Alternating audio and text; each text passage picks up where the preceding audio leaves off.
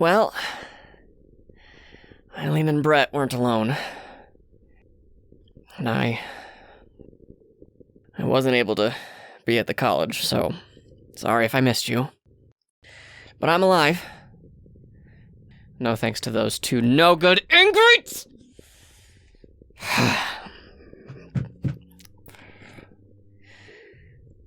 Where should I start?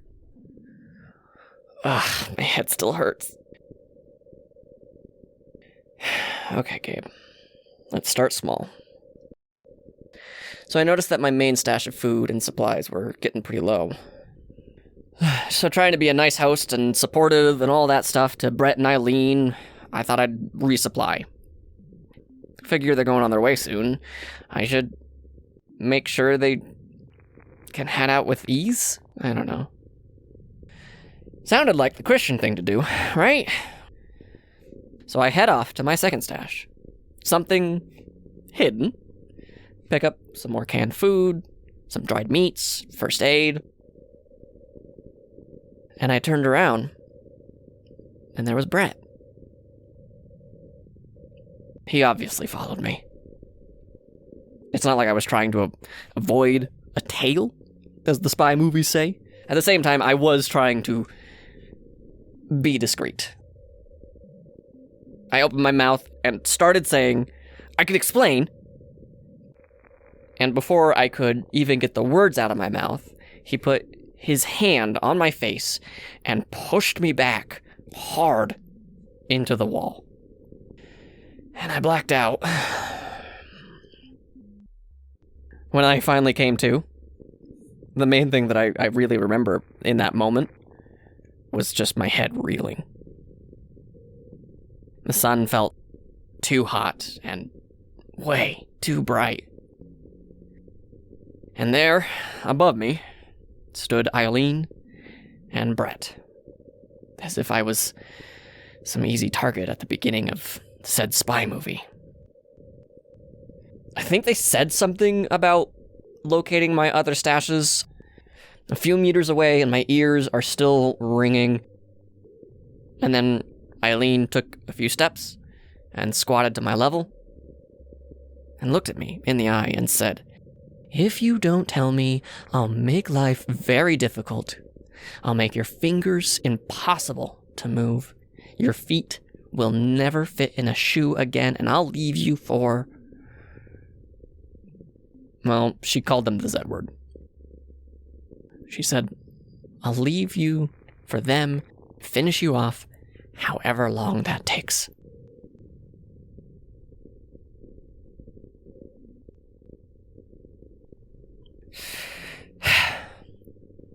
At first, I tried silence.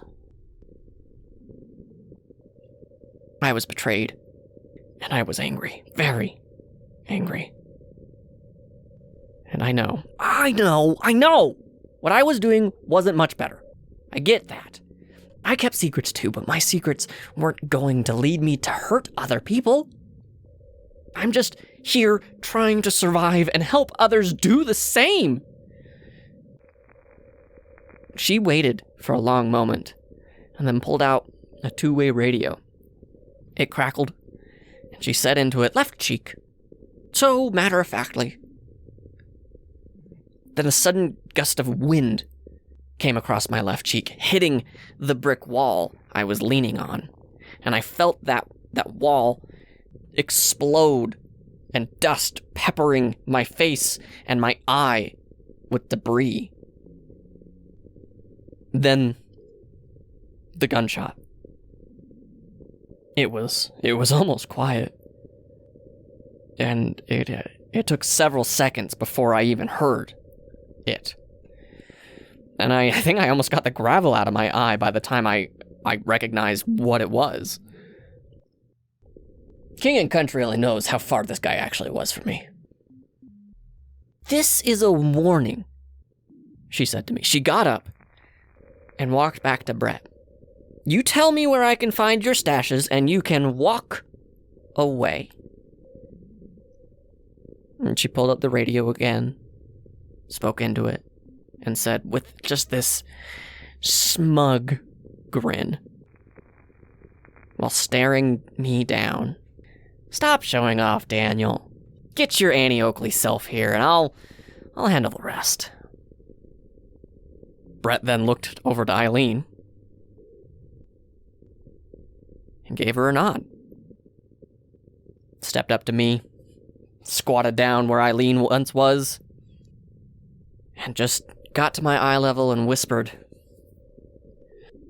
"If you think Eileen is intense, you don't know what's coming with Daniel. He'll string you up, open you up, and watch you as the others, as you like to call them, come and treat you like a buffet after a rugby tryout." His words were cold, but that's not what really made ice form in my veins. It was the look in his eye. I thought I knew more about this person. But this person, who was reserved and a well-read man, turned into a monster right in front of me. His eyes became like stone. His face just marble. And I could feel the weight of his stare pressing in me. I felt... I tried to channel Eileen, and I tried to read the person in front of me to see how serious he was. Is this a big old bluff? Or what's going on? The only thing I could confidently say what he was thinking was that I was a toy. Not even entertaining, but a distraction. A speed bump in his way. That he could break me down. Break down everything that made Gabe who I am today.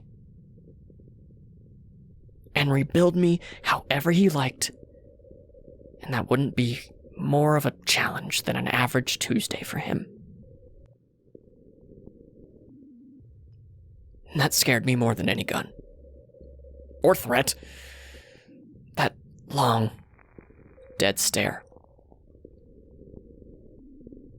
I don't know how long we stared at each other, but it was nothing but silence until Daniel came out from wherever they were hiding. He was kind of cute, in the never got outside kind of way. Pfft. Almost makes me wonder, who were these people before all of this? What made them change like this to today? You know, what was it, the little steps before them? The road to hell, paved and all that? Or was this always with them, this animosity? Daniel pointed that gun at me, this long-barreled thing. Eileen threw a map at my feet and told me to point out my stashes. So I did. Didn't say a word, and I did. I shared every stash I had around the place. Then she asked me if there were any booby traps, and that was what really broke me. So I told them the truth. I told them I was ready to start a life with you. I'm so desperate for people. I don't know if I could change my ways because I need people to know that they aren't alone. You probably won't be the last people to take advantage of my generosity. You sure as hells are not the first. So with my trust in humanity today, no, I don't have any traps. Daniel continued pointing the gun. Brett hopped up and ran to the closest one to see if I was telling the truth. But Eileen, she already knew. Eileen walked up to me, pulled a pistol from behind her, and said something to the effect that I lived a pathetic life trying to connect with others. that I should kill myself before one of the others takes a bite out of me and I just add to their unknown numbers. And she took the pistol and hit me across the face with it. And I blacked out again. And when I came to, they were gone. I checked all the stashes. Empty. What little barricade and a little pocket fort I made for them to keep themselves safe, trashed, destroyed. They got in, they got out, and then they ran off. I'll need to start looking for supplies again. But first, I need to make sure I don't have a concussion. So here's hoping, survivor, that you are more like me and have hope that humanity has enough to rebuild itself without this terror of mankind getting in its own way. If that's you, and you have some supplies, apparently, because I need those now, I'll be on the college campus. You aren't alone. And the world isn't always filled with bullies. Sometimes they just speak louder than most. Good luck out there.